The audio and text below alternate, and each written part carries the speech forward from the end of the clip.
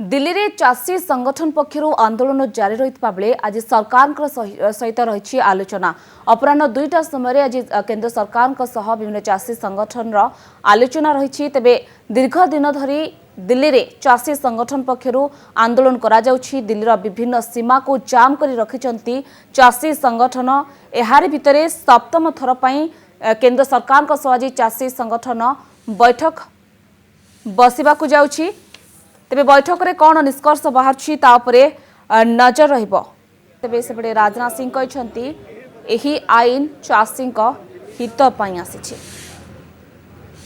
सचमुच केवल किसान होने के नाते मुझे ही पीड़ा नहीं है, मैंने देखा है हमारे प्रधानमंत्री जी को भी इसकी गहरी पीड़ा है।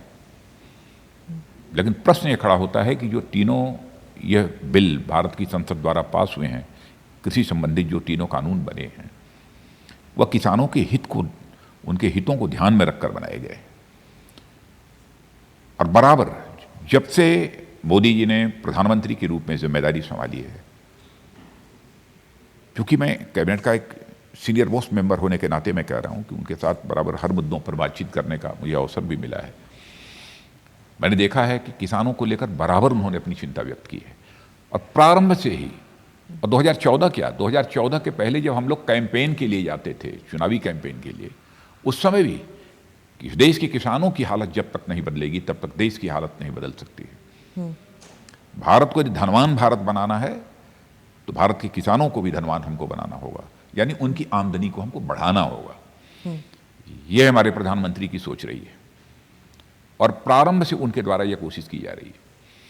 अब इसे मिनिमम सपोर्ट प्राइस का जहां तक सवाल है, आप पिछली सरकारों ने भी मिनिमम सपोर्ट प्राइस हर वर्ष बढ़ाई है, कभी नहीं बढ़ाई है। लेकिन आप देखिए उस रेशियो में हमारे प्रधानमंत्री ने कितनी बढ़ाई है। मिनिमम सपोर्ट प्राइस पर जितनी परचेज पहले होती थी और अब कितनी हो रही है, कितने सारे आइटम्स की हो रही है, आंकड़े उठाकर देखिए तो पूरी तरह से बात साफ हो जाएगी। पर एमएसपी को लेकर आप स्टेटमेंट, आप उसमें पॉलिसी में लाते क्यों नहीं है? लिख लीजिए कि एमएसपी नहीं हटाया जाएगा, इट्स नॉट देयर। नहीं, बार बार प्रधानमंत्री कह रहे हैं, ये पहले भी कहीं एमएसपी था नहीं, पर अब जब नहीं वहम आ गया है तो फिर जब कोई व्यवस्था, मैंने पहले ऐसा था ही नहीं, व्यवस्था चली आ रही थी।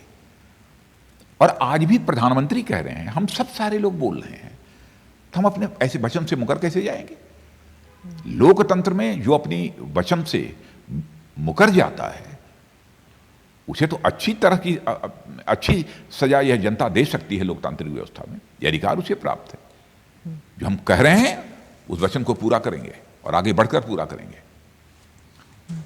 और तीनों कानूनों के माध्यम से यह कोशिश की गई है कि किसानों की आमदनी 2 गुना, 2.5 गुना, 3 गुना, जितनी अधिक से अधिक हो सके बढ़े। हाँ, जैसा मैंने पहले कहा कि किसान धरने पर बैठे हैं, सचमुच हम जैसे लोगों को भी वेदना है। आप उत्तर प्रदेश के भी किसानों से पूछिए। मैं मुख्यमंत्री जब था तो उस समय भी बड़े हुजूम टिकैत साहब के साथ भी हमारे पास मैं लखनऊ में गए हुए थे। मैंने उनका स्वागत किया, अगवानी की, उनसे बातचीत की, समस्या का समाधान निकला था। आज भी हम चाहते हैं कि समस्या का समाधान निकले। हमारे कृषि मंत्री से नरेंद्र सिंह तोमर और उनके साथ हमारे वाणिज्य मंत्री श्री पीयूष गोयल, ये सब सारे लोग बैठे हैं, सारे अधिकारी बैठे हैं, बातचीत चल रही है।